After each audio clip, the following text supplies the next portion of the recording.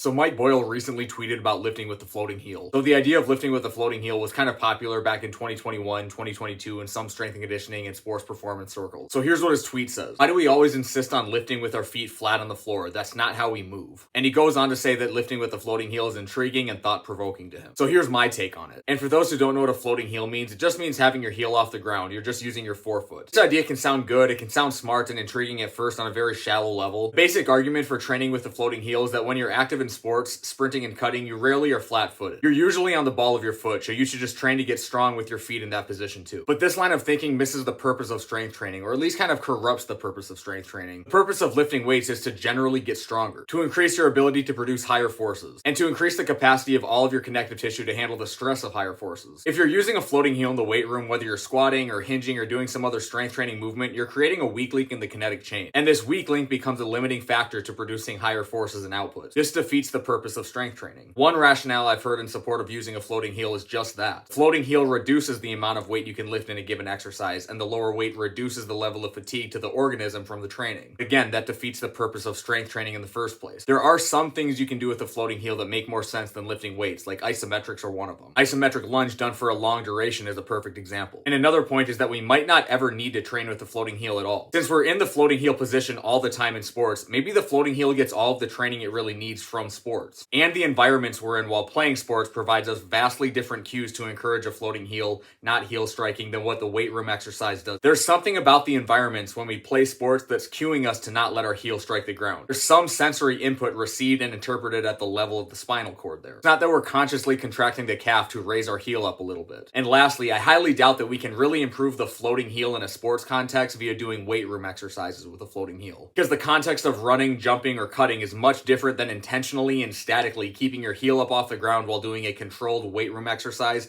attempting to produce high forces at slow contraction speeds. So doing some training with the floating heel might sound good at first, but it really doesn't stand up to scrutiny. That's just my take on it. But that's all I have. Thanks for watching. I'll see you next video.